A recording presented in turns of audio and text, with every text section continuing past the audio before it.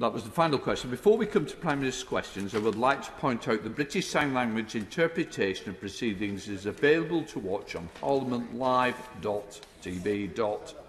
We now come to questions to the Prime Minister, and we're going to start those questions with Andy Slaughter. Question number 1,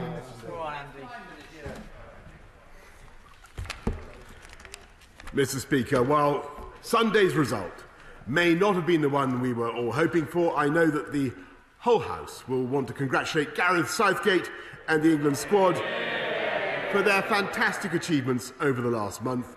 The nation is proud of each and every one of them.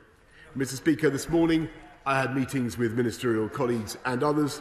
In addition to my duties in this House, I shall have further such meetings later today. Andy Slaughter. Thank you very much, Mr. Speaker. Can I second the Prime Minister's support for our outstanding England team and players, but perhaps say that it's a pity it didn't come sooner from him and We all know the importance of double vaccination, especially against the Delta or Johnson variant of the virus. But in Hammersmith and Fulham, despite the hard work of our local NHS council and volunteers, only 36% of adults have been double jabbed. So will the Prime Minister think again before recklessly removing all barriers to infection and transmission on the 19th of January? Will he keep the regulations on mask wearing and, like the Mayor of London, keep fighting the virus until it's beat? Well, Mr. Speaker, if we had followed the honourable gentleman's precepts, and I remember, of course, he campaigned vehemently to stay in the European Union, we would not have achieved the fastest vaccine rollout of any European country and have vaccinated the highest proportion of any European population, Mr. Speaker. That is the reality. And as for his criticism of the roadmap, Mr. Speaker, I respectfully point out to the honourable gentleman the month is July, not January, Mr. Speaker. We now come to Father of the House, Sir Peter Bottomley. Mr. Speaker, it should be obvious that the Cabinet is as inclusive as the English football team, and some of these criticisms, I think, are misplaced. Can I welcome, Mr. Speaker, your words at the beginning of Tuesday's debate and the Prime Minister's first paragraph on the Treasury Minute from Monday? Can we agree that a vote in this House does not amend an Act of Parliament passed by both Houses? Are we expecting a similar debate in another place? And can I suggest to the Prime Minister that instead of leaping from point 5 to point 7 at some stage in the future, we step towards it, because a 40% increase in 1 year is ludicrous, and perhaps the Chancellor can consider going to 5.5, 6, 6.5 and then 7. Thank you. I thank the right honourable gentleman, my honourable friend, very much for his opening point. And just on on odour, of course, I can give him this reassurance. We will continue to follow the law, and he will have heard clearly what both my right honourable friend, the Chancellor, had to say from this dispatch box, and what I have said as well. We want to return to point 7 as fast as we can when fiscal conditions allow. We now come to the Leader of the Opposition, Keir Starmer. Thank you, Mr. Speaker. Can I start by thanking the England football team for everything they've given this country over the last 6 weeks. I'm so proud of this young, diverse and humble team and everything that it represents. Mr. Speaker, they're the very best of modern Britain, everything that I know this country can be. Does the Prime Minister think that it was wrong to criticise the England team's decision to oppose racism by taking the knee as gesture politics? I agree very much with what the right honourable gentleman said about the England team. And I repeat, I want to thank each and every one of them for what they did, their incredible campaign they ran in the Euro 2020 Championships. And they do represent the very best of our country. And I repeat that I utterly condemn and abhor the racist outpourings that we saw on Sunday night. And so what we're doing is today taking practical steps to ensure that the football banning order regime is changed so that if you are guilty, Mr. Speaker, of racist abuse online of footballers, then you will not be going to the match. No ifs, no buts, no exemptions and no excuses. Keir Starmer. Mr. Speaker, I'm sorry, that just won't wash. And it rings hollow. On the 7th, remind the Prime Minister and the House, on the 7th of June, the Prime Minister's spokesperson said this: on taking the knee, specifically, the Prime Minister is more focused on actions rather than gestures. On the 14th of June, the Home Secretary said, I just don't support people participating in that type of gesture politics. The Conservative MP for Bassetlaw called it a ridiculous, empty gesture. So there's no point of pretending that these things weren't said. The England footballer, Tyrone Mings, said that Labour Party member I hear shouted out. Is that really the response? Is that it? Tyrone Mings said, and the House might want to listen, he said this: labelling anti-racism messages as gesture politics serve to stoke the fire of racism and hatred. Prime Minister, they're powerful words from someone who has himself been subjected to racist abuse. He's right, isn't he? Mr. Speaker, I want to reiterate our total support for our fantastic England team, and I support them in the way that they show solidarity with their friends who face racism, Mr. Speaker. But when he talks about the Home Secretary, let me just remind him that my right honourable friend, the Home Secretary, has faced racism and prejudice all her career of a kind that he can never imagine, and she has taken practical steps to get black and minority officers into the police in record numbers. In fact, Prime Speaker, I am... Sorry to interrupt you. I want to hear the Prime Minister. If his own side don't want to hear him, I'm sure the tea room will accommodate them. It's very important to listen to what the Prime Minister's got to say.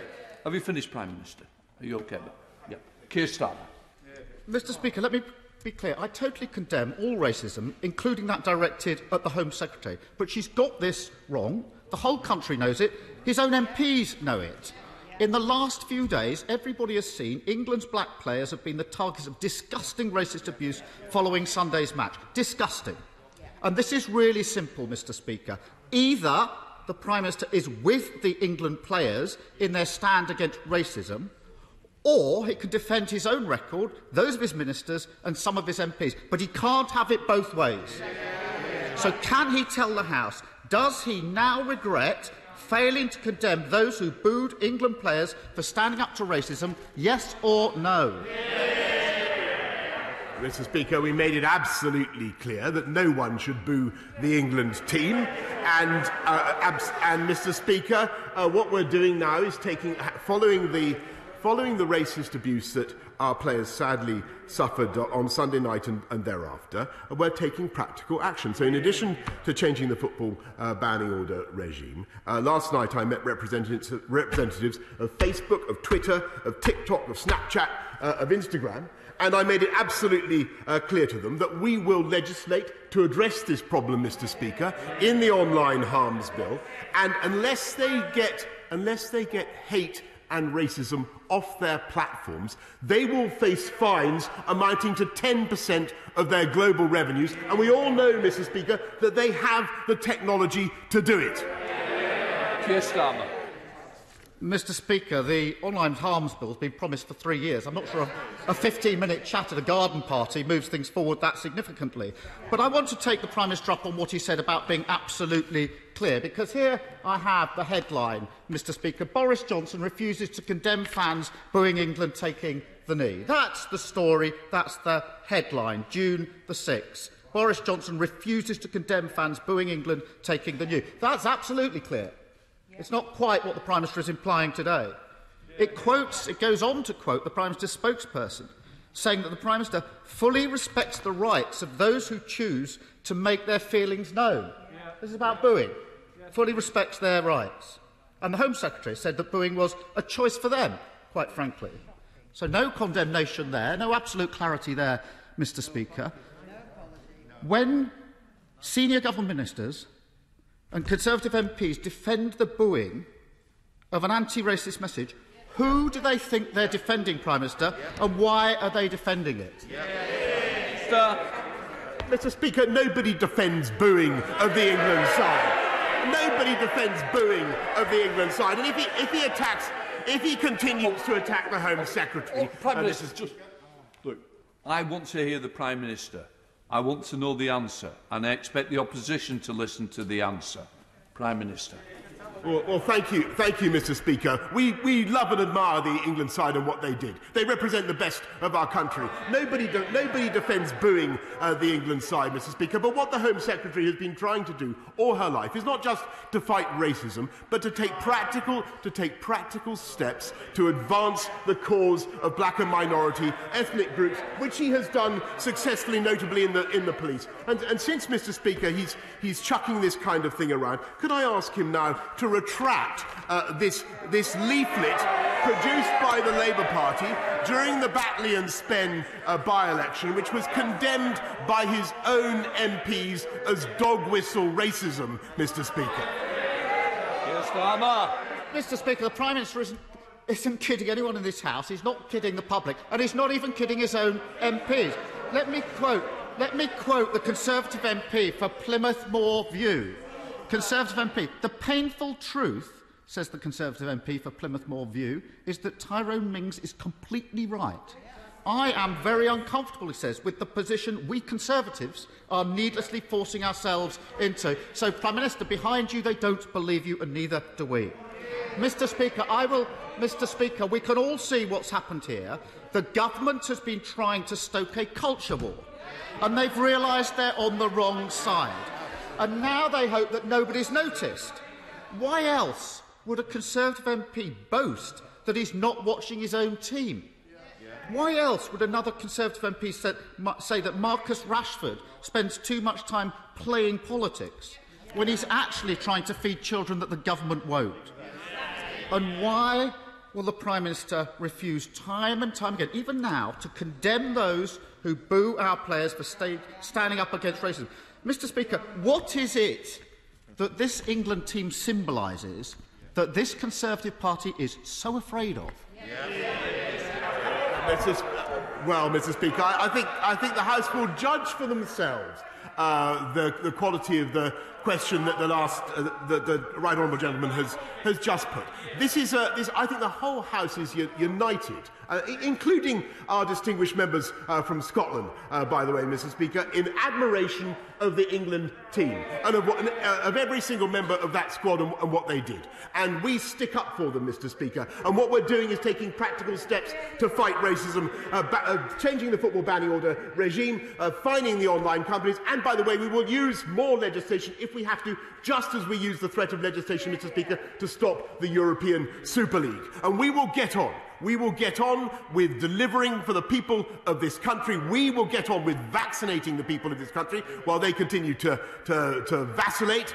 We will continue to immunise the people of this country while they improvise and dart around. And, Mr. Speaker, I don't want to engage in a political culture war of any kind. I want to get on with delivering for the people of this country. He simply wants to get on with dithering. Keir Starmer. He doesn't want to engage in a culture war and point scoring. Give me a break. Football's a game. Racism isn't, Prime Minister. That's why many of us have been involved in the charity Show Racism the Red Card for years. But far from giving racism the red card, the Prime Minister gave it the green light. And I'll tell you the worst kind of gesture politics, Mr. Speaker. Putting an England shirt on over a shirt and tie whilst not condemning those booing is the worst kind of gesture. Mr. Speaker, I want to ask the Prime Minister, finally, about the reported amnesty for crimes committed during the Troubles in Northern Ireland. I worked in Northern Ireland for 6 years with the Policing Board and the police. I've also prosecuted terrorists as the Director of Public Prosecutions, so I know how difficult and how sensitive this is. But a blanket amnesty, including for terrorists, is plain wrong.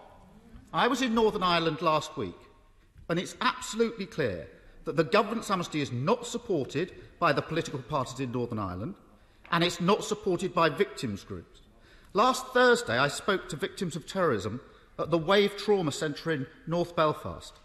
Mr. Speaker, they haven't even been properly consulted on this proposal. If things are to move forward in Northern Ireland, any discussion has to start with the victims. Politicians in London can't simply draw a line under terrorism and other crimes and then force it on those most affected. The Prime Minister looks up, so let him look up and let him hear. Because I want to quote Julie Hambleton, Prime Minister. Her sister Maxine was among the 21 people killed by the IRA in the Birmingham pub bombings. So that's Julie Hambleton, Prime Minister. She says, tell me, Prime Minister, if one of your loved ones was blown up beyond recognition, where you were only able to identify your son or daughter by their fingernails, would you be so quick to grant their murderers an amnesty and propose such obscene legislation? What does the Prime Minister have to say to Julie, and she's listening, and other victims like her? Mr. Speaker, I think that the whole House will acknowledge the suffering of victims like Julie and their families. And, of course, nothing I say or can do now can in any way mitigate her loss, and that is clear. But it is also true that the people of Northern Ireland must, if we possibly can allow them to, they must move forwards now. And he will know that the proposals that are being brought forward, and the House will hear about them in more detail later on from my right honourable friend, the Secretary of State for Northern Ireland. The proposals that are being brought forward are measured, they are balanced, and they have a wide degree of support, I may say, from former Labour Prime Ministers and former Labour leaders who I think are of considerable more distinction, I may say, than the right honourable gentleman opposite.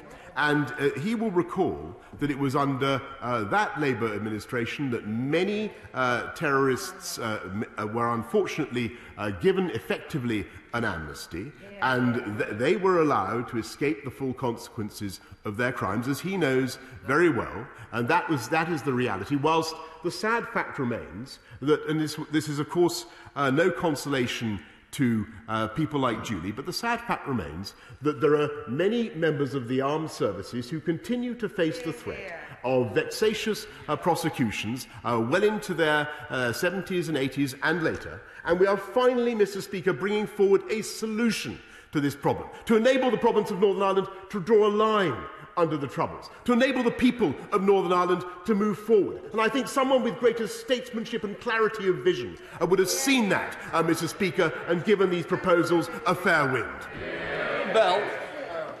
Thank you, Mr. Speaker. Mr. Speaker, the scandalous situation at Wally's Quarry landfill in my constituency with the noxious gas emissions is, I'm afraid, continuing. To date, there's been no apology from the operator, Red Industries, and no credible explanation for the odour that is blighting the lives and the health of so many of my residents. So what assurances can the Prime Minister give me today that every effort will be made to speed up the works that have been mandated by the Environment Agency, that we will get a deadline as to when we can expect this awful situation to be resolved, and that those responsible are held fully to account? Stop the stick. Mr. Speaker, I yield to no one in my admiration for the Environment Agency, but in this case, Mr. Speaker, I thank my honourable friend because they are not, in my view, sorting this problem out fast enough. I am fed up with this being raised with me. We must stop the stink, and I want the air around Wally's Quarry to be of alpine freshness before too long. Ian Blackford, the SNP leader. Thank you, Mr. Speaker. Let me begin by congratulating the England team for reaching the final, an incredible achievement.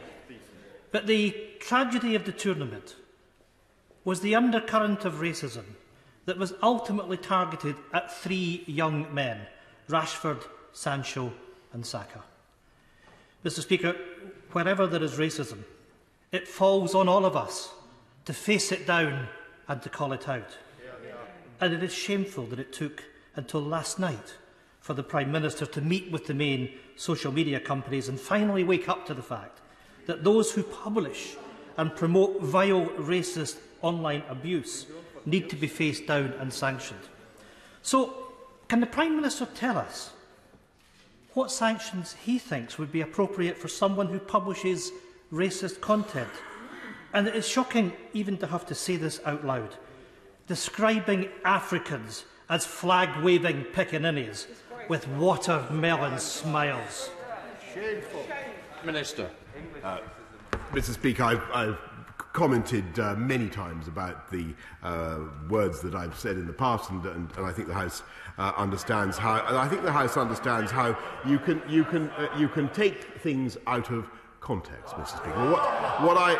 I think people do understand that, but what they also understand is that there is a chance now to hold these internet companies to account and to make sure that they face fines running to 10% of their global income if they fail to take hate and racism off their platforms, Mr. Speaker. And I hope, actually, that the Scottish Nationalist Party will support it. Ian Blackford. You know, still no contrition, still no apology. And, Mr. Speaker, the truth is that the Tory party doesn't sanction those who publish that kind of racist content. They promote them to be Prime Minister. The legacy of this Prime Minister's dog whistling has followed him into 10 Downing Street, and it is now at the heart of this Tory government. As the England International Tyrone Mings has so powerfully stated, this government doesn't get to stoke the fires of racism and pretend to be disgusted when it happens. They don't get to condemn the racism of others, but deny that the racism that they have even provoked. In March, this UK government's own report on racism, the Sewell report, said that there was no systemic problem in the UK. I think the England men's football team would beg to differ. After the shocking racism on show over the last week, does the Prime Minister still stand by his government's belief that systemic racism is not a problem that exists in the United Kingdom? Mr. Speaker, I do think that racism is a problem in the United Kingdom, and I believe it needs to be tackled and it needs to be stamped out with some of the means that I've described this morning. But when he attacks our party, my party, Mr. Speaker, I'm afraid he's got the wrong target. This is a party that has not only had the first ever Muslim Secretary of State for Health, now he was former Chancellor, of course, but has had 2 female Prime Ministers, the most diverse cabinet in the history of this country, the most diverse government in the history of this country, Mr. Speaker. We are the party. If you're a young person growing up in a black or ethnic minority group in this country, we are the party that represent hope and opportunity. That is the reality about the Conservative Party today. Julie Marston. Thank you, Mr. Speaker. The UK is packed full of incredible innovation-led businesses capable of leading entire industries, not least in Hertford and Stortford, where we are at the heart of the innovation corridor. I know this government wants to ensure the best possible access to venture funding over multiple rounds to catapult scale-up businesses full of potential into world-beating companies. Would the Prime Minister meet with me to discuss how we can best make venture work for the scale-up community and transform some of our best ideas into some of the world's biggest businesses? I thank the honourable lady, and she knows a lot about what the subject that she mentions. This is a fantastic opportunity for this country because we do indeed produce a great many tech breakthroughs, and we're looking very much at how to make sure that we scale up fast. But don't let her forget that as I speak, there are 3 countries in the world, Mr. Speaker, that have scaled up tech breakthroughs to unicorns worth more than £1 billion, 100 unicorns worth more than £1 billion. Only 3 countries have 100 unicorns. They are the United States of America, China and the United Kingdom. Ms Savile Roberts. For over 7 years, Plaid Cymru has been calling for the gargantuan HS2 railway to be treated as an England-only project so that Wales gets our fair share. Not a single inch of track will be in Wales, but we're footing the bill. Today, the Welsh Affairs Committee backed our call, calling the UK Government's categorisation of HS2 in relation to Wales as unfair and biased. Will the Prime Minister today right this wrong, respect the Welsh Affairs Select Committee and ensure that Wales, like Scotland, receives our fair share from HS2? I normally have a great deal of respect and interest in what the honourable lady says, but actually in this case she's missed what the government is doing for transport connectivity in Wales and to Wales, something about which I know that she's as passionate as I am. Look at what we're doing in the Union Connectivity Review with the A55, with the North Wales Railway corridor into Liverpool, and look at the M4, Mr. Speaker. Never let it be forgotten that it was the Welsh Labour government, not her fault, of course, because she's plied, but it was the Welsh Labour government, Mr. Speaker, that spent £144 million on a study, and then didn't even do the diversion. Let's go to Dr. Matthew Offord. Matthew. Thank you, Mr. Speaker. The circumstances of Jewish burials around the world is a sensitive and important issue to my constituents, and as such to me. In January 1942, the Nazis built 2 concentration camps on British soil on the island of Alderney. Conditions were appalling, with multiple deaths. However, there are just 397 recorded graves in Alderney, just 6.6% of a total population of 6,000 internees. In 1961, a British delegation undertook an inquiry into these atrocities that occurred on Alderney. Today, I ask the Prime Minister to authorise the release of all documents and information residing in the archives into those investigations, so we know what happened to thousands of people on the island of Alderney during World War II. To quote Elie Wiesel, to forget the dead will be akin to killing them again. Minister. My honourable friend makes an excellent point about the victims on Alderney. We must never forget the suffering of those who, on the Channel Islands, who suffered under occupation between 1940 and 1945. I'm told that the documents in question have been transferred to the National Archives, Mr. Speaker, but I will make sure that the relevant minister meets my honourable friend to discuss the matter further. Kyle. Mr. Speaker, there are currently 800,000 students self-isolating, and even after the reforms to the bubbling system, the government's failure to get the Delta variant under control means that infections rising over the summer will mean that the autumn term will be very severely affected in our schools. If the JCVI says that it is safe and appropriate for adolescents to receive the vaccine, will the Prime Minister promise that every single adolescent will be offered the vaccine over the summer and parents given all the information they need to make an informed decision so that schools can return and not continue to be affected by the bad policy making of this government and the failure to get the Delta variant under control? Mr. Speaker, the honourable gentleman seems to want us to relax our rules on protecting people from coronavirus. I don't think that's the right thing to do at this time on self-isolation. And he also calls for us to go against the JCVI, and that is a matter, Mr. Speaker, for the JCVI. Stephen Crabb. Thank you, Mr. Speaker. With the economy rebounding and a great many job vacancies currently available, does my right honourable friend agree that there's a tremendous opportunity emerging now to build a stronger British labour market post-Brexit and post-COVID, and that we need to help employers create jobs with better pay, more security, more opportunity for skills and career progression? Isn't that one of the keys for levelling up and ending the blight of in-work poverty? Yes, Mr. Speaker, I thank my right honourable friend, and I know how much he cares about him, and that's one of the reasons why we're not only rolling out our massive plan for jobs, but why I'm proud that under this government we've increased the national living wage by a record amount to £8.91 per hour. Let's go to Peter Grant. Peter. Thank you, Mr. Speaker. The communities of Leslie, Markinch, Echuca, Thornton, Woodside and East Weems in my constituency are all either losing or have already lost their post offices since 2019. In addition, constituents in Colton, Balgony, Windigates, Cadham, Methil, Buckhaven and Methil Hill have all had the disruption of temporary closures or relocations, and the post office at Glenwood is currently closed until further notice.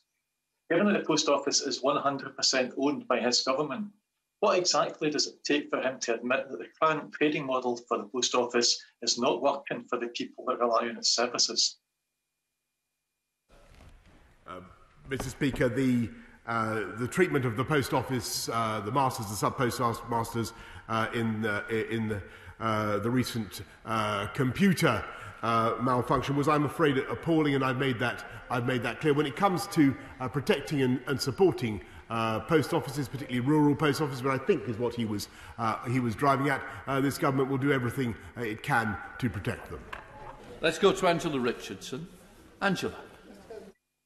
Mr. Speaker, too noisy, too much air pollution and too much time wasted sitting in traffic impacting productivity. The A3, as it narrows through Guildford, has been the cause of frustration for decades. According to Highways England, there are no more sticking plasters, which is why I'm calling for the A3 to be tunnelled under Guildford. Does my right honourable friend agree with me that as we build back better after the pandemic, investment into major road infrastructure solutions will be an important part of delivering on the levelling up agenda right across the whole country? Minister. I thank my honourable friend. I know the stretch of road that she refers to very well, as I'm sure many members across this House do as well. I would love to be able to clip my fingers and say that we could tunnel under Guildford. All I can say is, Mr. Speaker, in all candor, we will certainly look at it. But honourable members should be in no doubt that we're spending record sums, £27 billion on improving England's strategic roads, part of a £640 billion biggest ever package of infrastructure investment in this country. Let's go to Howell Williams. Howell. Thank you, Mr. Speaker. Many people are aghast at the potential consequences of trashing English COVID regulations in a triumphalist prime ministerial crash attack. Wales's regulations, to be announced today, are expected to take a cautious and measured approach. Will the Prime Minister make it clear that those visiting Wales this summer must stick to Welsh laws, and that on COVID regulations, he can only speak for England? Prime Minister. Yes, of course, Mr. Speaker, and I think that people should stick to the rules and the guidance wherever they are, and I think he's absolutely right to talk about a cautious and a measured approach. John Penrose. Mr. Speaker, the Prime Minister will have seen that two recently published Government Commission reports, mine into competition policy and the Task Force on Innovation, Growth and Regulatory Reform, both make the same two recommendations to inject fresh energy into our better regulation regime so we can deliver our Brexit ambition of replacing ponderous EU regulations with simpler, digital and less burdensome UK equivalents without reducing quality standards in the process. So, will he take this opportunity to unleash a big post-Brexit better regulation dividend by declaring his enthusiastic support for a strong new one-in, two-out regime with no loopholes or exceptions right here today? Yes, Mr. Speaker, and I think it is obvious that the UK has a massive amount to gain, not just from his report, which I much enjoyed, as I told him I thought was excellent, but also from the Tigger report, the Task Force on reducing regulation, and I thank them for that, and they'll be seeing, he and they will be seeing a lot more in the next few weeks. Let's go to John Nicholson. John. Thank you, Mr. Speaker, sir. Yesterday, at the Prime Minister's instigation, 333 Conservative members of this House, including some of its wealthiest, voted to deprive some of the world's poorest children of clean water. Education for girls programmes we guaranteed will be slashed. Polio eradication schemes too. Most people go into politics to make the world a better place, but the Prime Minister seems to be an exception. As he reads of the anguish his decision has caused, and as the father of a young child, doesn't he feel the merest hint of shame? Mr. Speaker, I think the people of this entire country should be immensely proud of what the UK is doing abroad, whether it is educating millions of girls with an increased support for female education, whether it is helping the countries around the world to tackle climate change with £11.6 billion of investment, or helping refugees in Yemen or Syria or Ethiopia with £900 million. We're spending £10 billion a year on overseas aid alone, Mr. Speaker, to say nothing of what we're doing with vaccines. The whole country should be immensely proud of what the UK is doing in spite of this pandemic. Let's go to Faye Jones. Faye. Thank you. Mr. Speaker, I'm sure you will know the Green Man Festival, which is an incredibly popular international music event, which takes place in Crickhowell in my constituency. The festival organisers have gone to great lengths to ensure the event is COVID secure, but the Welsh Government refuses to give them the green light to go ahead as a test event, unlike similar events in England. So will my right honourable friend help us by giving the Green Man Festival his full support and encourage the Welsh Government to get behind the festival at long last? Prime Minister. Well, Mr. Speaker, I haven't been invited to attend the Green Man Festival, but it sounds great. She's obviously my honourable friend's obviously a big fan. I will do what I can to pass her message along. I thank her for campaigning for Wales and for the Green Man Festival. Mr. Speaker, my constituent Jackie Davis was diagnosed with a type of blood cancer in April, which prevents her immune system from developing antibodies against COVID.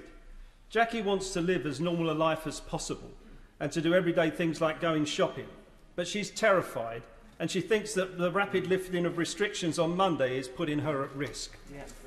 With the Delta variant about to spike due to the government's decision to lift restrictions, particularly the requirement to wear masks in public places, what's his message to people in Jackie's situation? Will he rethink his reckless gamble of lifting all these restrictions on Monday? And yes, Jackie did support staying in the EU. Well, my message I'm sorry, obviously, for the condition that Jackie suffers, and I think that the Labour Party obviously needs to work out whether it's in favour of going ahead with step 4 or not, because it's not at all clear from what he has said or what the right honourable gentleman, the leader of the opposition, has said. They don't have a clue, Mr. Speaker. But what I can say to him is that we expect and recommend everybody, and I say this to Jackie, we expect and recommend everybody to wear a face covering in a confined space where you're meeting people you don't normally meet, and that is quite right. Final question, Nikki Aiken. Thank you, Mr. Speaker. Last week I met with the reading agency that is about to launch its annual summer reading challenge and hopes to reach 1 million children, primary school children, this year. What a great excuse to go to one of our brilliant libraries and take part in the COVID education catch-up. With this in mind, would my right honourable friend join me in encouraging every child across the nation to take part in the summer reading challenge, pick up a book and read back better? Yes. I thank my honour. She's quite right, and there couldn't be a better campaign for the summer. We put 1.9 million of support into the reading scheme that she mentions, but of course there's 200 million going into the Holidays Activities Fund, and there couldn't be a better, more useful, happier way of occupying your time on holiday than by reading a good book, Mr. Speaker. Can I just gently say to all leaders that in the end I've had to cut off quite a few backbenchers because of the amount of time that's been taken up at the beginning. Can we think about those as well? It's so important that they get their questions heard. There's no point of order for them. I'm now suspending the House for 3 minutes to enable necessary arrangements for the next business period. Order.